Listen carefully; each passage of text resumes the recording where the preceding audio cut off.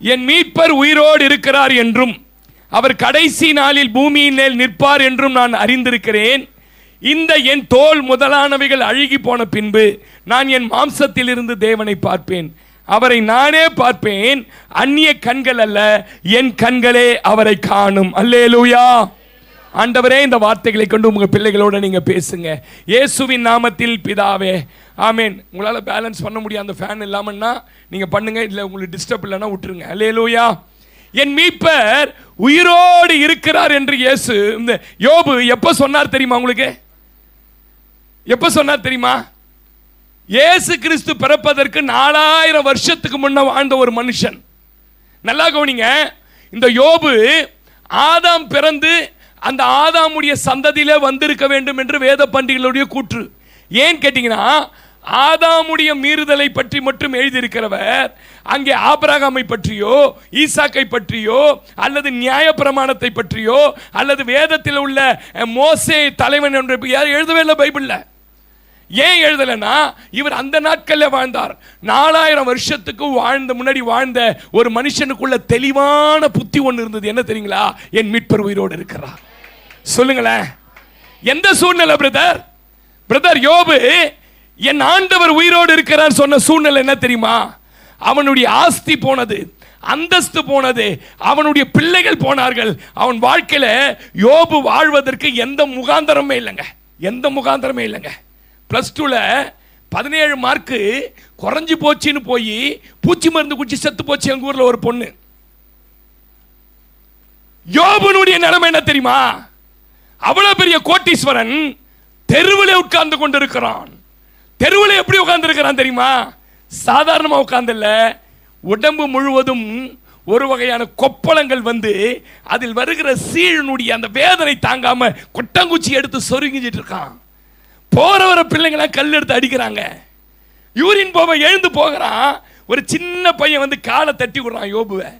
யோபு தடுக்கி கிழவென்று சொல்றான், நான் வசதியா இருந்த போது இவங்க அப்பனை என் மந்தைய காக்கிற நாய் கூட வச்சது கிடையாது. என் நிலைமை இப்படி. இவ்வளவு கேவலமான நிலையில யோபுவே உன்னால எப்படிடா வாழ முடிஞ்சது? இவ்வளவு அவமானத்தில் யாராவது நம்மள ஒரு வார்த்தை சொல்லிட்டா தாங்க முடியாது பாருங்க. பாஸ்டர் நான்லாம் ரொம்ப நல்லவன் பாஸ்டர், நாங்களாம் சென்சிட்டிவ் பாஸ்டர். யோபு விட நல்லவனா நீ? நான் கேட்கிறேன்,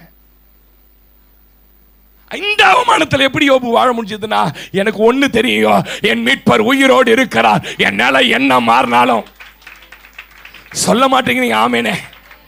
அவர் உயிரோடு இருக்கிறார்னா என் இந்த சூழ்நிலையை மாத்துவார், என் பிரச்சனையை மாத்துவார். நான் போகிற பாதையை அறிந்திருக்கிறார், என் நிலையை அறிந்திருக்கிறார். என் நண்பர்கள் என்னை தவறாய் புரிந்து கொண்டாலும் பரவாயில்லை, இந்த ஊரார் அவமானப்படுத்தினாலும் எனக்கு ஒண்ணு தெரியா, நான் ஆராதிக்கிற தேவன் உயிரோடு இருக்கிறார். ஆமென் சொல்லுங்களேன். இன்னைக்கு நம்ம மத்தியில யாராவது இந்த உயிர்த்தெழுந்த ஆராதனைக்கு வந்திருக்கிறவங்க நம்பிக்கை இழந்துட்டேன் பாஸ்டர், என் குடும்பத்தை இது மாறு நினைக்கல பாஸ்டர், என் கணவர்லாம் திருந்த மாட்டார் பாஸ்டர், என் குடும்பம் ரட்சிக்கப்படாது, என் கடன் மாறாது பாஸ்டர், நான் போற பாதை அப்படி, உதவி செய்ய ஒருவரும் இல்ல, எல்லாருக்கும் நான் எப்படி தெரியுமா இருக்கிறேன்? அவமானத்தின் சின்னமா இருக்கிறேன்னு சொல்றியா? இன்னைக்கு உன்னோட தான் கர்த்தர் பேசுறாரு. என் மீட்பர் உயிரோடு இருக்கிறார். அவர் உன் நிலைகளை மாற்ற. அல்லேலூயா. ஆமென் சொல்லுங்களேன். ஒரு துளி கூட சந்தேகம் வரலங்க.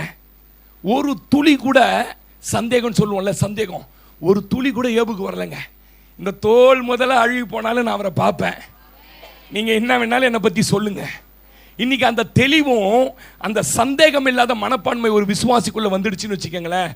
உண்மையான சொல்றேன், விசுவாசிக்கிறேன், அவங்க யோபுவை போல 4 மடங்கு இல்ல 10 மடங்கு கர்த்தரால் ஆசீர்வதிக்கப்படுவாங்க. ஆமென் சொல்லுங்களேன். அல்லேலூயா. இன்னைக்கு நான் சொல்றேன், உயிர்த்தெழுந்த இயேசு அவர் வாழ்ந்த நாட்களிலே பல முறை உயிர்த்தெழுதலை பத்தி பேசினார்.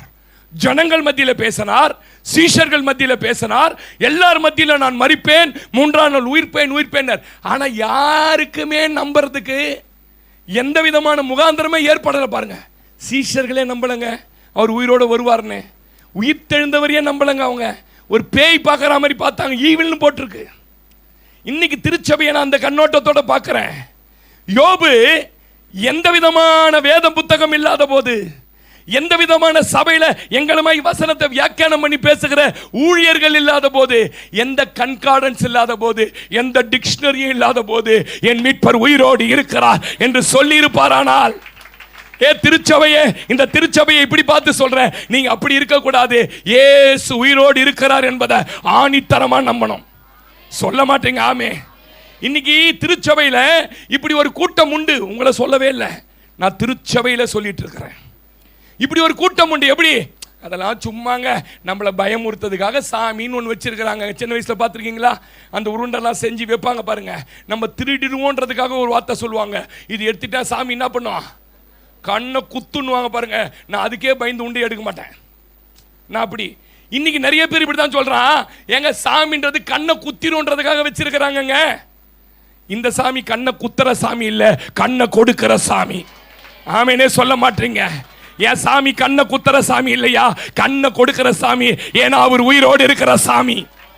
ஏன் பாஸ்டர் இன்னைக்கு அந்த அந்த அந்த உயிரோடு இருக்கிற ஆண்டவர் எங்களால் ரிசீவ் பண்ண முடியல, எங்களால் உணர முடியலன்னா, சபைக்குள்ள 3 கூட்டங்கள் இருக்கிறார்கள். ஒன்று வாசிங்க, லூக்கா 24:17-18 வாசிங்கன்னா, லூக்கா 24:17-18 வாசிங்கன்னா வாசிங்க.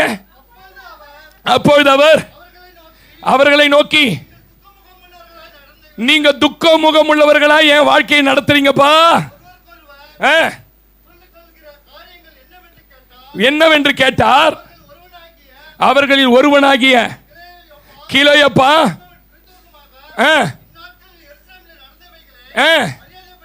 அறியாதபடிக்கு, ஓ ரபாஷே, இங்க கவனிங்க, என்ன பாருங்க, இயேசுவை அந்நியராய் பார்க்கிற ஒரு கூட்டம் சபைக்குள்ள இருக்குது.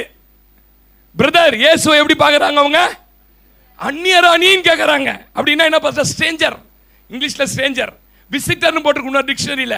ஸ்ட்ரேஞ்சர்னா சமயத்துக்கு பயன்படுத்திக்கிறது. எப்படி பயன்படுத்திக்கிறது? சமயத்துக்கு இயேசுநாதரை பயன்படுத்திக்கிறது. நேற்று கூட கேட்டேன், முந்தா நேற்று, ரொம்ப உப்பு சப்பு எதுவுமே இல்லை பாருங்க, ஊருக்காக தான் கேட்டேன். உங்களுக்கு பிபி இருக்குதுன்னு சொன்னாங்க. ஊர்க்காவை எப்போ தேடுவோம் தெரியுமா? நம்ம உப்பு சப்பு இல்லாத போது. இப்படி இயேசுவை அந்நியராய் பார்க்க, நெருக்கம் இல்லை, இயேசு கிட்ட நெருக்கம் இல்லை. சமயத்துக்கு அது ஸ்ட்ரேஞ்சர்னு ஒன்று இருக்கு பாருங்க. ஸ்ட்ரேஞ்சரு இது கரண்ட் போனால் தான் அதை தேடுவோம். பார்த்துருக்கிறீங்களா இல்லையா? அது வரைக்கும் ஸ்ட்ரேஞ்சர் எங்கே இருக்குதுன்னு, இந்த ஸ்ட்ரேஞ்சர் சர்ச் இருக்கு பார்த்தீங்களா, கரண்ட் போனால் தான் தேடுவோம் பாருங்க. அந்த மாதிரி இயேசுவை அந்நியராக தேடுற கூட்டம் சபைக்குள்ள ஒன்று இருக்குது. அந்த நெருக்கெல்லாம் கிடையாது. அவங்களுக்கு இயேசுநாதர் ஏதாவது வேலையாகணும்னா இயேசுநாதர் கூப்பிடுவாங்க, ஏதாவது நடக்கணும்னா இயேசுநாதர் கூப்பிடுவாங்க, ஏதாவது குடும்பத்தில் வேலையாகணும்னா பாஸ்டர் கூப்பிட்றாங்க. பார்த்தீங்களா? அது வரைக்கும் பாஸ்டர் இருக்கிறானா சத்தானான்னு கூட அவனுக்கு தெரியாது. எதனா வேலையாகணும், முக்கியமாக வரணும், வீட்டில் ஒரே பயமாக இருக்குது, கோல்ஸ் சத்தம் கேட்குது, பேய் வரா மாதிரி இருக்குது, அதுக்கு பாஸ்டர் வந்து தண்ணி தெளித்து ஜெபம் பண்ணுறதுக்கு, ஏதாவது வண்டி வாங்கினா பாஸ்டர் ஜெபம் பண்ணுறதுக்கு, இதுக்கெல்லாம் தான் யார் வேணும்? பாஸ்டர். ஆமேன்னு சொல்லுங்க. அந்த மாதிரி இயேசுவை எப்படி பார்க்குறாங்களா? அந்நியரா பார்க்குற கூட்டம். நான் சொல்லட்டுமா, அந்நியரா நீங்கள் இயேசுவை சமயத்துக்கு அப்படி ஸ்ட்ரேஞ்சர் மாதிரி யூஸ் பண்ணுற மாதிரி இருந்தால் உங்களுக்கு உயிர் தேர்ந்த ஆண்டவருடைய வல்லமையை உணர முடியாது. உங்களுக்கு ஒரு நெருக்கமான உறவு வேணும். அப்படியே நீங்களும் அவரும் ஒன்றா இணைக்கப்பட்டிருக்கணும். உங்கள் மனசு இருதயம் இருக்குல்ல, உங்கள் இருதயம் இயேசு இருதயம் ஒன்றா இருந்ததுன்னா அவர் என்ன நினைக்கிறாருன்னு உங்களுக்கு தெரியும். உங்களுக்கு எத்தனை பேர் ரகசியம் தெரியல, இந்த ரொம்ப உயிருக்கு உயிராக நேசிக்கிறாங்க பார்த்தீங்களா, ட்ரூவாக நேசிக்கிறாங்க, உண்மையாக நேசிக்கிறாங்கல்ல, அவன் கரெக்டாக சொல்லுவான், ஏய் இப்போ இப்படி தானே பண்ணின்னு இருக்கிற வீட்டில். அந்த பொண்ணை கேட்பான் உடனே, ஏய் எப்படி நீ எங்கள் தெருவில் இருக்கிறியா? நீ இல்லை நான் வீட்டில் இருக்கிறேன்னு சொல்லுவோம். அது இவன் சொல்லுவான் வீட்டில் இருக்கிறேன்னு. எப்படி உனக்கு தெரியும்? நீ அங்கே அது பண்ணுறது எனக்கு தெரியுது. இது உணர்ந்து இருந்தால் நீங்கள் சொல்லியிருப்பீங்க. சில லவ்வர்லாம் சிரிக்கிறாங்க, காதல் திருமணம் பண்ணவங்களாம். இப்போ இதுதான் பண்ணின்னு இருக்கோம், இப்போ துணி தான் தோச்சின்னு இருக்கோம், இப்போ மாடியில் காய போட்டுருக்கோம். நம்ம ஆளுக்கு அக்யூரேட்டாக தெரியும். ஏன் சொல்லுங்க? அவன் அந்த பொண்ணுக்கு அந்நியராய் அல்ல, அந்த பெண்ணோட இருதயத்தில் இணைக்கப்பட்டவனாய். நான் சொல்றேன், இன்னைக்கு இயேசுவின் நாமத்தில் உங்களுடைய இருதயம் இயேசுவோட இருதயமும் நெருக்கமாக இணைக்கப்பட்ட என்ன நடக்கும் தெரியுமா? அவரை நீங்க அந்நியரா பார்க்க மாட்டீங்க, உங்களோட கலந்தவரா பார்ப்பீங்க. ஒரு கூட்டம் அந்நியரா பார்க்குதுங்க. ரெண்டாவது கூட்டம் எப்படி பார்க்குது? யோவான் 20:15 வாசிங்க. யோவான் 20:15. நான் செய்திக்குள்ள போறேன். யோவான் 20:15. இயேசு அவளை பார்த்து, ஸ்திரியே ஏன் அழுகிறாய், யாரை தேடுகிறாய் என்றால், என்னமா? ரெண்டாவது ஒரு கூட்டம் இருக்குது சிஸ்டர். இயேசுவை என்னவா பார்க்குற கூட்டம் தெரியுமா? வேலைக்காரனா பார்க்குற கூட்டம். என்ன கூட்டம்? இயேசு யாரு? உங்களை யாரையுமே சொல்லலை, நீங்கள் இப்படி இருக்கக்கூடாதுன்றதுக்காக பிரசங்கம் பண்ணுறேன். ரெண்டாவது இயேசுவை தோட்டக்காரர், சர்வன்ட் ஆஃப் கார்டன். அவர் என்னன்னா நமக்கு ஒரு வேலைக்காரன். ஆண்டவரே நான் போகிறேன், என் கூடயே செக்யூரிட்டி மாதிரி கூட வாங்க. என் பொண்ணு போகுது, ஆண்டவரே கூட வாங்க. ஆண்டவரே இதை பண்ணுறேன், என் கூட இருங்க. அவரை என்ன பண்றதுன்னு கேட்டீங்கன்னா, ஒரு வேலைக்காரனை போல சிபாரிசு பண்ணணும். ஏன் இது 3 வருஷமா கனி கொடுக்கல? தோட்டக்காரன் கெஞ்சணும், ஆண்டவரே இந்த வருஷமும் இது இருக்கட்டும், ஆண்டவரே இந்த வருஷமும் இருக்கட்டும், ஆண்டவர். இதுக்கு சிலர் இயேசு வேணும். சொல்றது நான் புரியுது, ஆமேன்னு சொல்லுங்க. மற்ற எதுக்கு இயேசு வேணாம், மற்ற எதுக்கு இயேசு வேணாம். இயேசு எதுக்கு வேணும்னா, இவங்களுக்கு வேலை செய்யறதுக்கு வேணும். சிலர் வேலைக்காரங்கிட்ட கட்டளை இடுற மாதிரி, ஆண்டவரே துட்டு வேணும், ஆண்டவரே எனக்கு தெரியாது 2000 ரூபாய் கொடுங்க. இது அப்பா கிட்ட கேட்கற உரிமை இல்லை. இன்னமும் இவங்க அவர்கிட்ட கொடுத்து வச்சா மாதிரியும் ஒரு வேலைக்காரனை போல இயேசுவை பார்க்கிற ஒரு கூட்டம் இருக்கிறது. 3வது ஒரு கூட்டம் காட்டிட்டு நான் செய்தி உள்ள போறேன். 3வது ஒரு கூட்டம் யோவான் 21:4 வாசிங்க. யோவான் 21:4. விடியற் காலம் ஆன போது இயேசு கரையிலே நின்றார். இயேசுவை அறியாத ஒரு கூட்டம். முதல்ல சொன்ன சமயத்துக்கு ஸ்ட்ரேஞ்சர் மாதிரி பயன்படுத்திக்கிற ஒரு கூட்டம். 2வது பரிந்து பேசுறதுக்கு மட்டும் இயேசு போதும், எனக்கு உதவி செய்யறதுக்கு மட்டும் இயேசு போதும் ஒரு கூட்டம். 3வது பயங்கரமா சபைக்கு வரான் 14 வருஷமா, ஆனா யார தெரியாதுன்னு கேட்டா இயேசுவை அறியாத ஒரு கூட்டம். அப்படின்னா என்ன பாஸ்டர்? இயேசு அறியாத கூட்டம்னா என்ன பாஸ்டர்? அவர் எப்படிப்பட்டவர்னு தெரியாது, அவர் வல்லமை எப்படிப்பட்டதுன்னு தெரியும், அது அவரால் என்ன செய்ய முடியும்னு தெரியாது, எல்லாத்துக்கும் மேல அவர் அன்பு என்னன்னே புரியாத ஒரு கூட்டம் இருக்குது சபையில. அதனால தான் நல்லா கவனிங்க, நம்முடைய தேவைக்காக நம்முடைய பிரச்சனைக்காக அவரை அறியாததனால தான் நீங்க உலகத்தை தேடி உலகத்தில் அதற்கான சொல்யூஷனை தேடி போறீங்க. நீங்க இயேசுவை மாத்திரம் அறிந்திருந்தீங்கன்னா நீங்க என்ன தெரியுமா சொல்லுவீங்க? நான் ஆராதிக்கிற தேவன் என்னை தப்புவிக்க வல்லமை உள்ளவர், அக்கினி சூளையில தூக்கி போடுவேன் இன்னைக்கு இருக்கிற பிஎம் சொன்னானா நீங்க உடனே என்ன பண்ணுவீங்கன்னா ஜனாதிபதிக்கு ஒரு மணி எழுதிருப்பீங்க, உங்க மாமா எம்பியா இருந்தா ஒரு மணி எழுதி. அவனுக்கு எல்லாம் இருந்தாங்க, சாத்ராக் மேஷாக் ஆபேத்நேகோ. அவன் சொன்னா நான் ஆராதிக்கிற தேவன் என்னை தான். ஏன் தெரியுமா? நெருப்பு சூளைக்குள்ள என் ஆண்டவர் விடுவிப்பார், உயிரோடு இருக்கிறார். விடுவிச்சாரா விடுவிக்கலையா? அந்த வல்லமை தெரிந்த வல்லமை என்ன தெரிஞ்சவங்களுக்குள்ளதான் இயேசு உயிரோடு இருந்தார். ஆமேன் சொல்லுங்க. இன்னைக்கு இந்த 3மே தெரியாத ஒரு சந்ததி உருவாகுதுங்க. இது தெரியாத இருக்குதுங்க. நம்பர் 1 இயேசு என்னவா பார்க்குற கூட்டம்? அந்நியரா பார்க்குற கூட்டம். சமயத்துக்கு பயன்படுத்திக்கின்னு வந்தாருன்னா என்ன துட்டிக்கிட்டு கொடுத்தா போயிடுவார் இயேசு. 2வது பாஸ்டர் இல்லை, தேசு. ஆமேன்னு சொல்லுங்க. 2வது ஒரு கூட்டம் என்ன கூட்டம்? வேலைக்காரன் பரிந்து பேசணும். ஐயோ என் பிள்ளை எப்படியாவது பாஸ் ஆகணும், ஆண்டவரே உதவி செய்யுங்க, பிதா கிட்ட பேசுங்க, பரிந்து பேசுகிற அவர் வேலைக்கார மாதிரி வேலை வாங்குற ஒரு கூட்டம். 3வது ஒரு கூட்டம் இருக்குது. என்ன கூட்டம்? ஏசுனாலே யாரும் தெரியாதுங்க. நியாயாதிபதியில் ஒரு வசனம் இருக்கும், கர்த்தரை அறியாத வேறொரு சந்ததி ஏற்பட்டுச்சான். ஆமீன் சொல்லுங்க. இந்த 3க்காக இயேசுவை பயன்படுத்துகிற ஒரு மனுஷியா நம்ம ஒரு நாளும் வாழ்ந்துடக்கூடாது. வாழ்ந்தோம்னா அவர் உயிரோடு இருக்கிறத உங்களால் உணரவே முடியாதுங்க. எத்தனை பேர் ஆமீன் சொல்றீங்க? அல்லேலூயா. நீங்க பிலிப்பியர் 3ஆம் அதிகாரம் 10ஆம் வசனம் வாசிங்கன்னா ஒரு மனுஷன் இவர் அறியறதுக்காக என்னெல்லாம் பண்ணாருன்னு பாருங்க. பிலிப்பியர் 3:10-11 சீக்கிரம் வாசிங்க. இப்படி நான் அவரையும்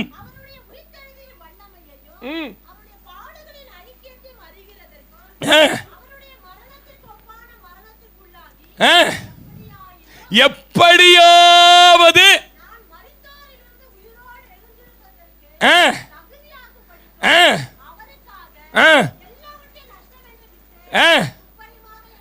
சிஸ்டர் என்ன நிமிர்ந்து பாருங்க. இப்போ இயேசு எப்படிப்பட்டவர்? நான் தோட்டக்காரன் அவரை பார்த்திடக்கூடாது, அவரை நான் ஒரு விசிட்டரா பார்த்திடக்கூடாது, அவரை அறியாம வாழ்ந்துடக்கூடாது. இவரை அறிவதற்காக நான் என்ன பண்றேன்னா நான் செஞ்சுட்டு இருக்கேன் பாருங்க. 5 கப்பல் வச்சிருந்தேன் பாருங்க, பெரிய தொழிலதிபரா இருந்தேன் பாருங்க, லெதர்ல பெரிய பிசினஸ் பண்ணிட்டு இருந்தார் பாருங்க பவுல். இதையெல்லாம் குப்பன்னு விட்டுட்டு அவரை அறிகிற அறிவுக்காக நான் எல்லாவற்றையும் இன்னைக்கு சபையினுடைய பிரச்சனை சொல்லட்டுமா? இன்னைக்கு சபையினுடைய பிரச்சனை சொல்லட்டுமா? இயேசு யாருன்னு அறிய விருப்பம் இல்ல. இவரை விட்டுட்டு சபையை விட்டுட்டு வேதத்தை விட்டுட்டு உலகத்தில் ஐஸ்வர்யத்தை சம்பாதிக்க ஓடுறாங்க. நான் பேசுறது புரியுதுன்னு நினைக்கிறேன். எல்லா ஐஸ்வர்யத்தையும் ஆசீர்வாதத்தையும் விட்டுட்டு இவரோட வல்லமை அறிஞ்சா போதும், இவர் யாருன்னு தெரிஞ்சா போதும், இந்த உயிர்த்தெழுதல பங்கு பெற்றா போதும்னு ஒரு கூட்ட ஜனங்கள் அந்த நாட்கள்ல இருந்தாங்க. இந்த நாட்கள்ல என்ன தெரியுமா? அடையே அது சபை, அதுக்கு சபை அதே மாடி அதே பாஸ்டர் அங்க இருப்பாங்க. இன்னைக்கு போனாதாங்க அது லாபம் கிடைக்கும் சொல்லிட்டு இயேசுவை புறக்கணித்து விட்டு உலகத்தில் ஆசீர்வாதங்களை தேடுவதற்கு ஒரு கூட்டம் ஓடிட்டு இருக்குதா இல்லையா? அதனால தான் அவங்களுக்கு இயேசுனா யாருன்னே தெரில. அதுவும் இருக்கிற 10 சாமியில் 11வது சாமி. ஆமேன்னு சொல்லுங்க. அவன் போகிற வாக்கில் பிள்ளையாருக்கு பார்த்து இப்படி முட்டு போடுற மாதிரி நம்ம சிலுவை பாட்டு சொக்கு போட்டு போயினே இருக்கான் சொக்குன்னு. அவனுக்கு இயேசுனா யாருன்னு தெரில சார். அதனால என்ன ஆயிட்டான்னு கேட்டிங்கன்னா, எல்லாரும் மாதிரி சபைக்கு வரான், துக்க மூஞ்சோட உட்காரான், பாதி தூக்கம், ஃபேன் வேற சவுண்ட் வந்து டிஸ்டர்ப் ஆகுது, அப்படியே ஏந்து அப்படியே போயின்னுக்கிறான் வீட்டுக்கு. ஆமேன்னு சொல்லுங்க. நம்ம சபையை சொல்ல சார், வெளில சொல்லி நினைக்கிறேன். ஆமேன்னு சொல்ல மாட்டீங்க நீங்க. இங்க இந்த மனுஷன் சொல்றான், ஐயோ எனக்கு லாபமா இருந்த எல்லாத்தையும் நஷ்டன்னு விட்டு குப்பன்னு வந்தேன். ஏன்? அவரை அறிஞ்சிக்கணும். பவுலே இதெல்லாம் விட்டுட்டு வந்திய, அவர் அறிஞ்சிக்கணியான்னு கேட்டா வாசிங்க 1 கொரிந்தியர் 15ஆம் அதிகாரம் 3ஆம் வசனம் வாசிங்க. 1 கொரிந்தியர் 15:3 சீக்கிரம் வாசிங்க. நான் மெதுவா படிக்கும்போது ஒன்று அர்ஜென்ட். நான் அடைந்ததும் உங்களுக்கு பிரதானமாய் ஒப்புவித்ததும் என்னவென்றால், கிறிஸ்துவானவர் வேத வாக்கியத்தின் படி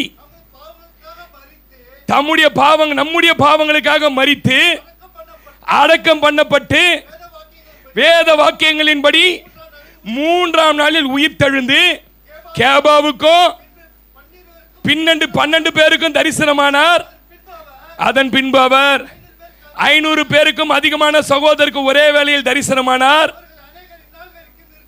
இருக்கிறார்கள், சிலர் மாத்திர நித்திரை அடைந்தார்கள். பின்பு யாக்கோபுக்கும் அதன் பின்பு அப்போஸ்தலருக்கும் தரிசனமானார். எல்லாருக்கும் பின்பு உயிரோடு எழுந்த இயேசு எனக்கு தரிசனம். கையை தட்டி சொல்லுங்களேன். யாருக்கு சார் இயேசு வெளிப்பட்டாரு? எல்லாவற்றையும் நஷ்டம். உலகம் எனக்கு சிலுவையில் அறையப்பட்டுச்சுங்க, குடும்பம் சிலுவையில் அறப்பட்டுச்சுங்க. எனக்கு இயேசு தாங்க. இயேசுக்காக நேரத்தை ஒதுக்குவோங்க, இயேசுக்காக ஜெபம் பண்ணுவாங்க, இயேசுக்காக இந்த பைபிளை படிப்புங்க. இயேசு தான் முக்கியம். என் பிசினஸ், என் தொழில் எல்லாம் குப்பை. 350 ரூபா சம்பளம் கொடுக்குறான், ஞாயிற்றுக்கிழமை சபையை விட்டு போய் விசுவாசி உக்காந்துங்குது. வெக்கம் இல்லாத. இங்கே சொல்லலை, வெளி சபையில் சொல்லிட்டு இருக்கு. நீங்களாம் எனக்கு தெரியும், கோல்டு கட்டி 916 போறாங்க. அதனால தான் அவங்க வாழ்க்கையில் அந்த உயிர்த்தெழுந்த வல்லமையே இல்லாமல் வாழ்ந்துட்டு இருக்கிறாங்க. உயிர்த்தெழுந்த வல்லமையே இல்லாமல் ஒரு மனுஷன் வாழறதுக்கு என்ன காரணம் தெரியுமா சிஸ்டர்? இந்த சபையை குப்பையா நினைச்சிட்டு உலகத்தை லாபமா நினைக்கிறது. அந்த மனுஷன் உலகத்தை குப்பன்னு விட்டுட்டு சபையை லாபமா பார்த்தான். இதன் விளைவு என்ன தெரியுமா? பெரிய பெரிய பரிசுத்தவான்கள் பேர்லாம் எழுதுறான். என்னன்னு? அவங்களாம் குடும்பத்தை விட்டு, குட்டியை விட்டு, எல்லாத்தையும் விட்டு வந்தாங்க. அவங்களுக்கெல்லாம் எப்படி தரிசனமானாரோ, அகால பிறவி போன்ற எனக்கும் உயிர்த்தெழுந்த இயேசு தரிசனமானார். சொல்லுங்களேன். ஏங்க நான் சொல்றேங்க, எந்த மனுஷனுக்குள்ள இயேசுவை பார்க்க வேண்டும், இயேசுவினுடைய வல்லமையை நான் விசுவாசிக்கணும், அவர் உயிர்த்தெழுந்த வல்லமை எனக்குள்ள செயல்படணும். யாருக்குள்ள? எந்த மனுஷன் இயேசுவுக்காய் அர்ப்பணித்து வாழ்கிறானோ அந்த மனுஷனுக்கு நிச்சயமாய் கர்த்தர் தன்னை வெளிப்படுத்தி காண்பிப்பார். செத்து போன மாதிரியே கையை தட்டுறீங்க பாருங்க. இன்னைக்கு உயிர்த்தெழுந்த நாள். ஆமேனே சொல்ல மாட்டீங்க. அல்லேலூயா. இன்னைக்கு 3 காரியத்தை சொல்லி முடிச்சிடுறேன். நீங்க இப்படி வாழக்கூடாதுன்னு போதிக்கிறேங்க. இப்ப சொன்ன மாதிரி வாழக்கூடாது. இந்த 3 பாயிண்ட் இப்படி இருங்கன்னு போதிக்கல, இப்படி இருக்கக்கூடாதுன்னு போதிக்கிறேன். ஆமேன்னு சொல்லுங்க. இன்னைக்கு நம்பர் 1 பாயிண்ட் என்ன தெரியுமா? உங்களுடைய அன்றாட தேவைகள் இருக்கு பாருங்க. சாப்பாடு, உங்க வீட்டில் ஒரு திருமணம், உன் பிள்ளைக்கு நகை சேர்க்கணும், அப்புறம் உன்னுடைய வாழ்க்கையில வீடு கட்டணும், அந்த வீடு கட்டுறதுக்கு தேவையான பணம், இப்படி நமக்கு நிறைய நீட்ஸ் இருக்கு பாருங்க. இந்த அன்றாட தேவைக்கே அல்லல் படுறவங்களா நீங்க இருக்கக்கூடாது. ஒரு விசுவாசி உலகத்தா மாதிரியே கஷ்டப்படக்கூடாது. அப்படி கஷ்டப்படுறீங்கன்னா உங்களுக்கு என்ன தெரியலனா, இயேசு உயிரோடு இருக்கிறார்னு தெரியலன்னு அர்த்தம். இன்னைக்கு விளக்குறேன், புரிஞ்சிடும். வாசிங்க இன்னும் 21 யோவான் 21 2-3 வசனம் வாசிங்க பிரதர் சிஸ்டர். சீமோன் பேதுருவும் திதிமு எண்ணப்பட்ட தோமாவும் நாத்தான்வேலும் கூடி இருக்கும் போது சீமோன் பேது மற்றவர்களை நோக்கி மீன் பிடிக்க போகிறேன் என்றான். அதற்கு கூட இருந்த ஒரு கூட்டம், நாங்களும் உம்மோட கூட வருகிறோம் என்றார்கள்.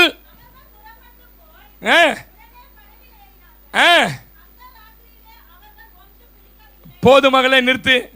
ஆமென் சொல்லுங்க. இப்போ என்ன நிமிர்ந்து பாருங்க, விளக்குறேன். இயேசு உயிரோடு எழுந்துட்டார். உயிர்த்தெழுந்த இயேசு உயிர்த்தெழுந்துட்டார்னு நம்பாத. பசி எடுக்குது. இயேசு உயிர்த்தெழுந்து 3 நாள் ஆச்சு. 3 நாளா சாப்பிடாம ஒரு ரூம்ல அடைஞ்சு கிடக்குறானுங்க. பசி தாங்க முடியல. இப்போ பேதுரு யோசிக்கிறாரு, இந்த ஆளு கூப்பிடும் போதே எனக்கு ஒரு டவுட் இருந்தது, இந்த மாதிரி பாதியில விட்டுட்டு போயிடுவான்னுட்டு. அதனால நான் பிடிச்ச வலையை மறைச்சு ஒரு இடத்துல வச்சுட்டு வந்திருக்கிறேன். ஆமீன் சொல்லுங்க.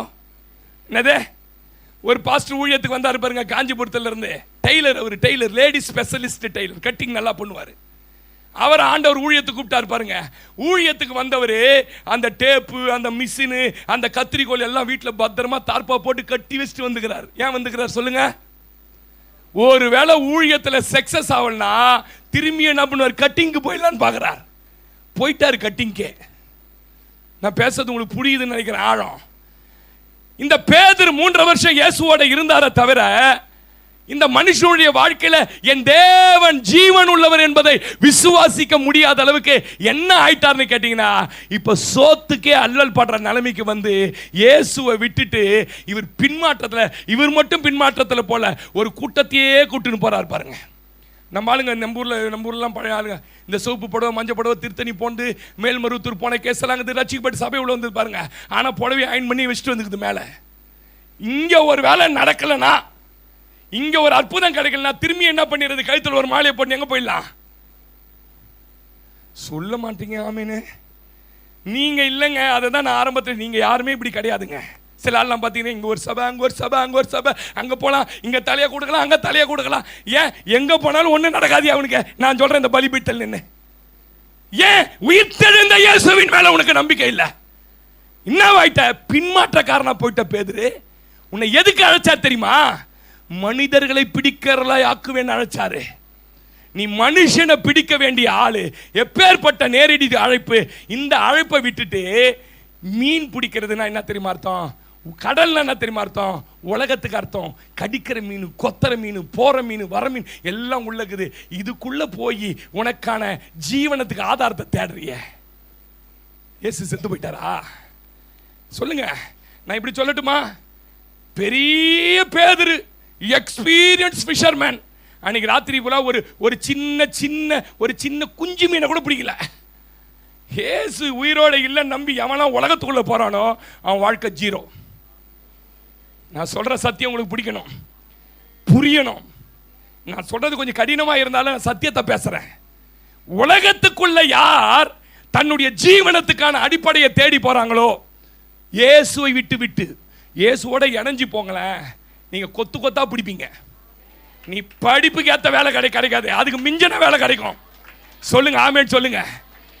இயேசுவை விட்டு உயிர்த்தெழுந்த ஆண்டவரை நம்பாம போயிட்டாங்க. எவ்வளவு பெரிய இது யோசிச்சு பாருங்களேன். அந்த இளையகுமாரன் கெட்ட வந்தாங்க, தப்பா ஜீவனம் பண்ண வந்தாங்க. ஆனா அவனுக்கு ஒண்ணு தெரியுதுங்க, உயிரோட இருக்கிற எங்க அப்பா வீட்டுல பூர்த்தியான சாப்பாடு இருக்குதுயா. நான் இப்படி சொல்லட்டுமா? அவங்க அப்பா வீட்டுல பூர்த்தியான சாப்பாடு மட்டுமா இருந்தது? என்னெல்லாம் இருந்தது கடகடன்னு சொல்லுங்க.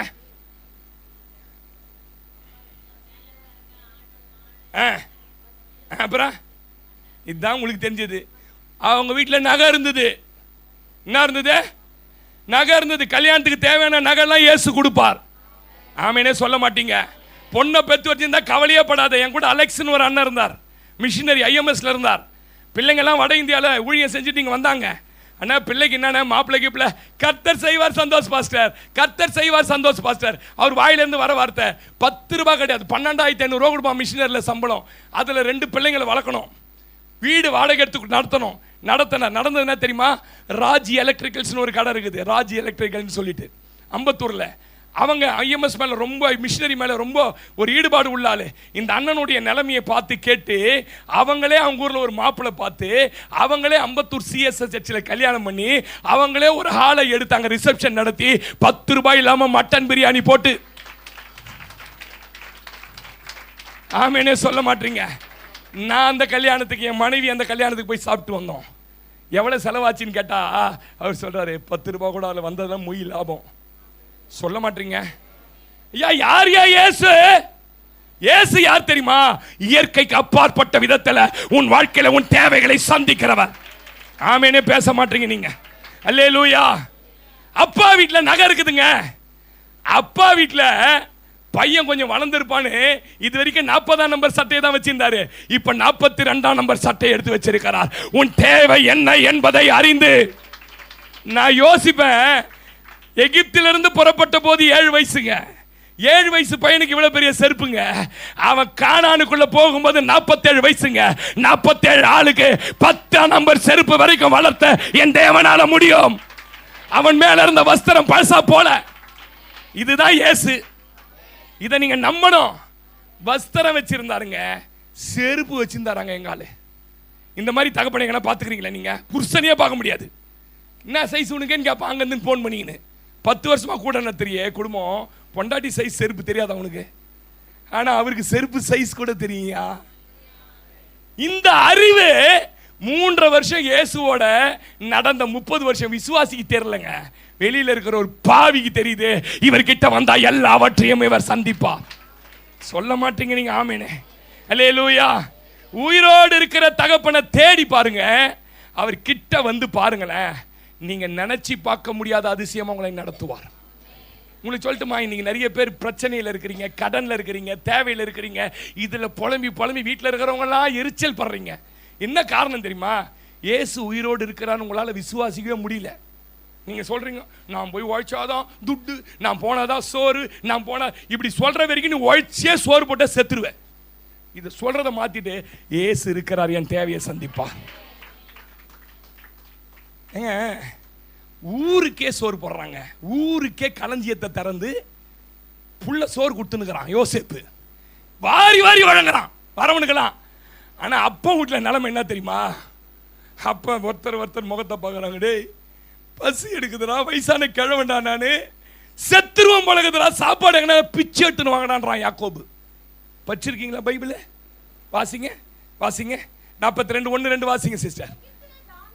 எகிப்திலே தானியம் உண்டென்று யாக்கோபு அறிந்து தன் குமாரரை நோக்கி, நீங்கள் ஒருவர் முகத்தை கவனிங்க. இயேசு உயிரோட இல்ல அப்படின்னு நீங்க நம்பல விசுவாசிக்கலனா வீட்டில் ஒருத்தர் மூஞ்ச ஒருத்தர் பார்த்து உட்காந்துருப்பீங்க. பாருங்க, ஒரு சோபா இருக்கும் வீட்டில், எப்பயுமே எல்லார் வீட்லையுமே அது பிஞ்சு போயிருக்கும். சில வீட்டில் கட்ட மாதிரி இருக்கும். என்ன பண்றது என்ன கேட்டா நான் என்ன பண்றது? யாக்கோபுடைய நிலைமை சார். என்ன பண்றது? என்னையே பார்த்துருந்தா எப்படி? என்ன பண்றது? ஒருத்தர் மூஞ்ச ஒருத்தர் பார்த்து நிற்கிறீங்கன்னா உங்களுக்கு நல்லா கவனிங்க, இயேசு மூஞ்ச பார்க்கறது உங்களால முடியலன்னு அர்த்தம். நான் பேசுற ஆழம் உங்களுக்கு புரிஞ்சதுன்னா ஆமீன் சொல்லிட்டு இருப்பீங்க. அப்படியே கவலையோட உட்கார்ந்து இருக்கிறதெல்லாம் நல்லா கவனிங்க.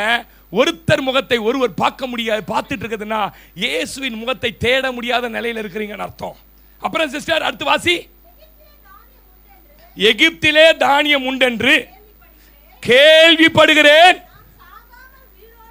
அட பாவி யாக்கோபே, நீ யாரியா? முகமுகமா தேவனை தரிசிச்சு போகிற வழியில உன்னை காப்பாத்தி, உனக்கு உண்ண உணவு தந்து, உடுக்க உடை தந்து, உன்னை சமாதானத்தோட திரும்பி வர சொன்ன, உன்னோட உடன்படிக்கை பண்ணி ஞானஸ்நானம் எடுத்தவன்டா நீ. இன்னைக்கு உன் நிலைமை பரிதாபம். என்ன நிலைமை?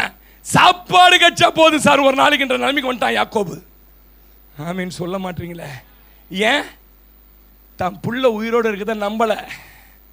பைபிள்ல முதல்ல உயிர்ப்பித்தல்ன்ற வார்த்தை எங்க வருது? எந்த இடத்துல தெரியுமா வருது? யோசேப்பு அனுப்பின பொருட்களை எல்லாம் பார்த்தபோது அவனுடைய ஆவி உயிர்ப்பித்தது. அதுதான் ஃபர்ஸ்ட் உயிர்ப்பித்தல். ஏன் யாக்கோபே நீ செத்து பண்ண நிலைமையில கிடக்கிற தெரியுமா? புள்ள உயிரோட இருக்கிறது அப்பனுக்கு தெரியல. இப்படி சொல்லட்டுமா, அப்பா உயிரோட இருக்கிறது பிள்ளைங்களுக்கு தெரியாததுனால இன்னைக்கு பஞ்சத்துல, பசியில, கடன்ல, வியாதியில.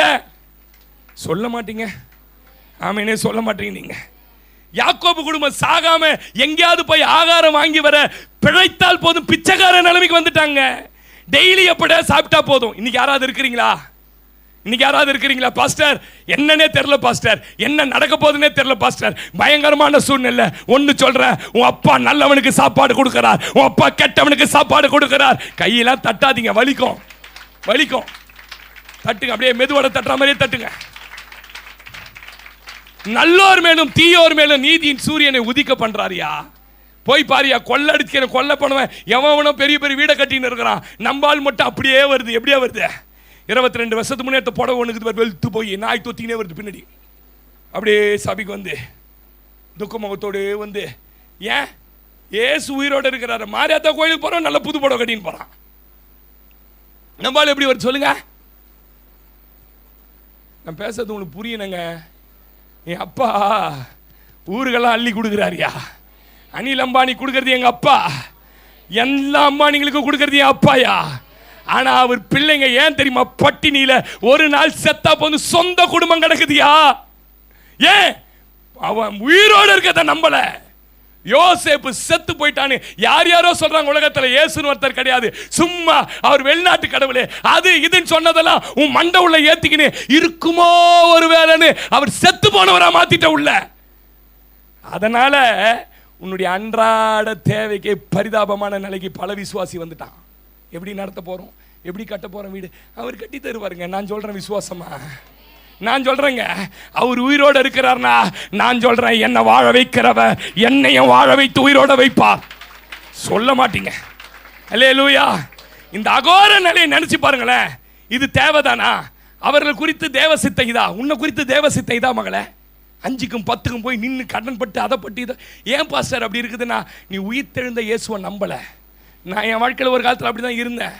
ரட்சிக்கப்பட்டு இந்த இயேசு கீசெல்லாம் சும்மா ஏதோ வந்திருக்கிறோம். ஆனால் நாட்கள் போக போக போக அவரை நம்ப ஆரம்பித்தேன். இங்கே இருக்கிற எல்லாரை விட கர்த்தர் என்னை ஆசீர்வாதமாக வச்சிருக்கிறார். சொல்லுங்க ஆமேன்னு சொல்லுங்க. நீங்கள் கொடுத்த ஆசீர்வாதம் ஆகிட்ட நீங்கள் நினச்சிடாதீங்க. பரலோகத்தின் தேவன் கொடுத்த ஆசீர்வாதமாக இருக்கிற. எப்படி பாஸ்டர் இது? எனக்கு தெரியாதுங்க. திறக்கிறாரு, கொடுக்குறாரு. இல்லையா சொல்லுங்களேன். எங்கன்னா பிரசங்கம் பண்ண போனால் 2500 ரூபாய் தான் பாஸ்டர் கவரில் போட்டு வச்சேன். ஆனால் உங்கள் பிரசங்கத்தை பார்த்தோன்னா நிறைய கொடுக்கணும், 7500 கொடுத்து அனுப்புகிறான். அதுக்கு நான் என்ன பண்ணுறது? 2 பிரசங்கம் பண்ணா 5000 ரூபாய் கிடைக்குது எனக்கு. சொல்லுங்க, உங்களுக்கு கிடைக்குமா? கிடைக்கும். எப்போ கிடைக்கும்? இயேசுவை நம்பும் போது இல்லை, உயிரோடு இருக்கிறாருன்னு நம்பும் போது.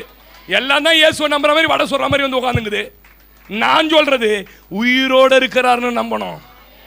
நம்பிட்டீங்கன்னா ஏங்க, யோசேப்பு உயிரோடு இருக்கிறன்ற செய்தி வந்திருக்குமா வந்திருக்காதுன்னு நினைக்கிறீங்களா? யாக்கோபுக்கு அவனை அடித்து அந்த ரத்த துணியை நேரடியாக பார்த்தவன் நான். இவரா பயங்கர வியாக்கியானம் பண்ணிங்கன்னு 14 வருஷமாக ஆவி செத்து போய் உட்காந்து கிடக்கிறான் மனுஷன். ஒரு ஆமேன் சொல்லுங்க. உயிரோடு இருக்கிற மகனை செத்துட்டான்னு நினச்சி ஆமேன் ஆழமாக நம்பிட்டான். இன்றைக்கி நீங்கள் நம்பக்கூடாது. உலகம் சொல்கிறத நம்பக்கூடாது, உறவினர் சொல்கிறத நம்பக்கூடாது, ரட்சிக்கப்படாத அப்பன் சொல்கிறத நம்பக்கூடாது, ரட்சிக்கப்பட ஆத்தா சொல்கிறத நம்பக்கூடாது.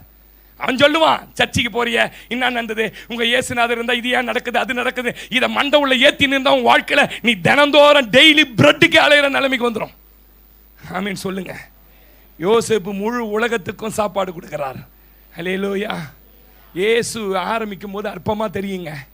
எலியாவை போய் நீ கேரி தாளில் உட்காந்து கிடறான்னு சொல்லிட்டு ஸ்டார்ட் பண்ணும்போது என்ன தெரியுமா சொன்னார்? அங்கே உனக்கு 17 வாசி 17:5 அங்கே உன்னை கேரி எதிரே போய் உட்காரு, அந்த ஆற்றின் தண்ணீரை படி. ஆரம்பிக்கும் போது தண்ணியில தான் ஆரம்பிப்பாரு. ஆமேன்னு சொல்லுங்க.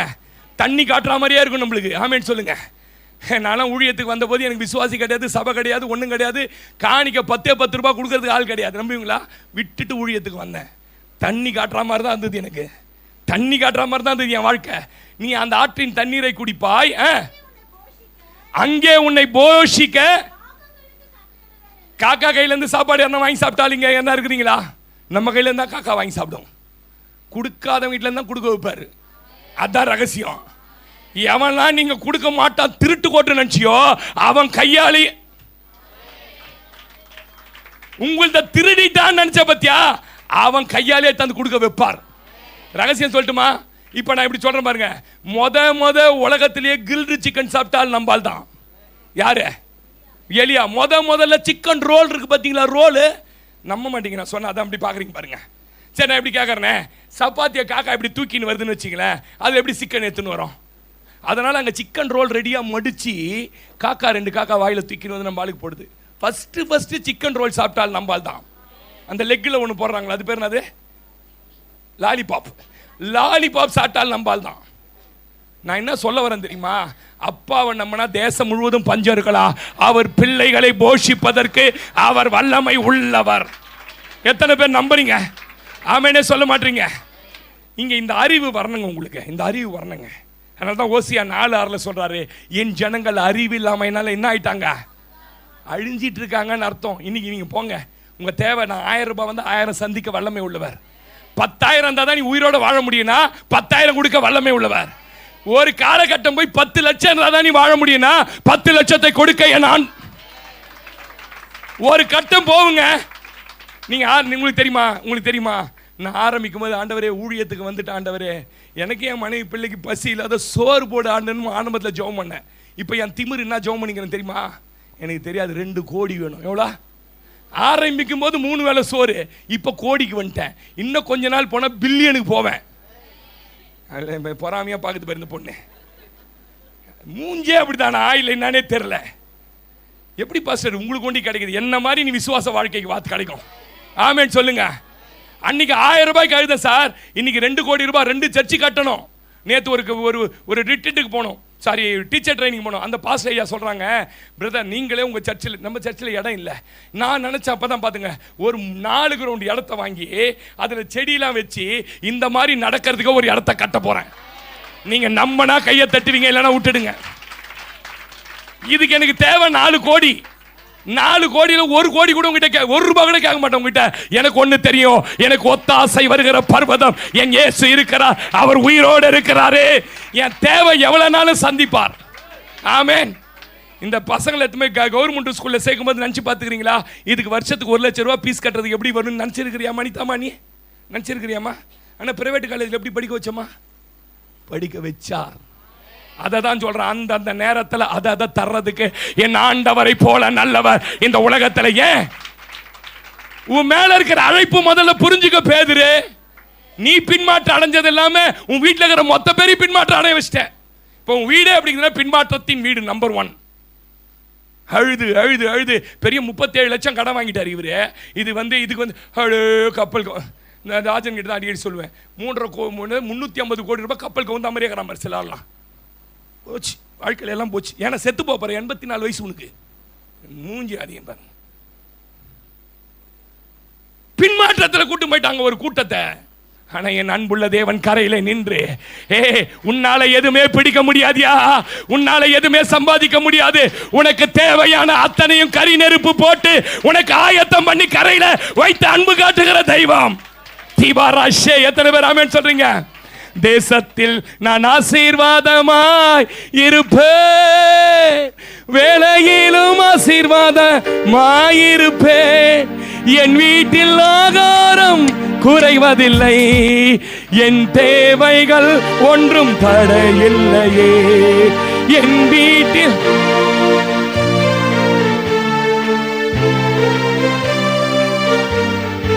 எந்தன் தேவனா, எந்தன் தேவனா, எந்தன் இயேசுவா, நிச்சயம் நான் ஆசீர்வாதம் பெற்றுக் கொள்ளுவேன், உங்க வசன கை கொள்ளுவேன், உன்னன் வழிகளில் நான் நடந்திடுவேன், தேசத்தில் நான் ஆசீர்வாதம்.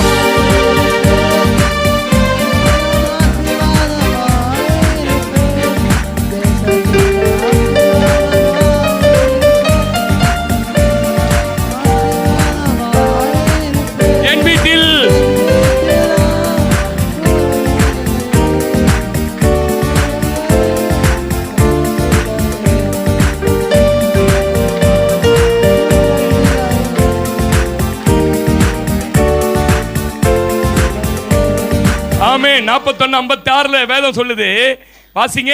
ஆதியாகமம் 41:56 வாசிங்க. தேசம் எங்கும் பஞ்சம் உண்டானபடியால் களஞ்சியத்தை இல்ல, களஞ்சியங்களை எல்லாம் திறந்து ஊருக்கே கொடுக்கிறார். ஆமென்.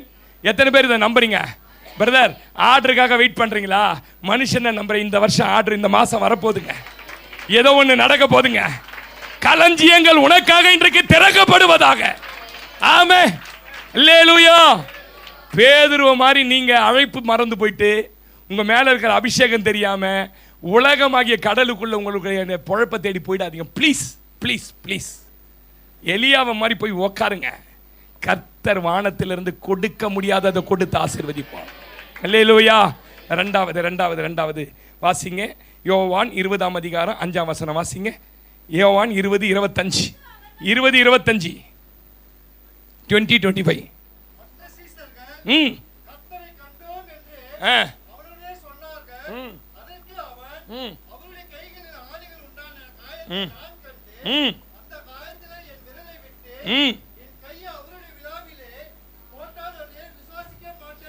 ஆமென் சொல்லுங்களேன். விசுவாசிக்காததுனால அற்புதத்தையே வாழ்க்கையில பார்க்காத ஒரு கூட்டம். கூட்டம் என்ன கூட்டம்? பின்மாற்றம். டெய்லி சாப்பாட்டுக்கே கஷ்டப்படுற ஒரு கூட்டம். இயேசு உயிரோடு இருக்காருன்னு நம்பல. ரெண்டாவது ஒரு கூட்டம் இருக்குது, விசுவாசிக்காததுனால அற்புதத்தையே பார்க்காத ஒரு கூட்டம். ஆமென் சொல்லுங்க. அல்லேலூயா. இன்னைக்கு எத்தனை பேர் நம்புறீங்க கிறிஸ்துவ வாழ்க்கையிலே அற்புதம் இருக்குதுன்னு? பார்த்தீங்களா, ஒரு 7 பேர் தான் ஆமென் சொல்லுது. அற்புதங்கள் இன்னைக்கு நடைபெறுதுங்க. அது யாருக்கு நடைபெறும் தெரியுமா? யாருக்கு தெரியுமா? யாருக்கு தெரியுமா?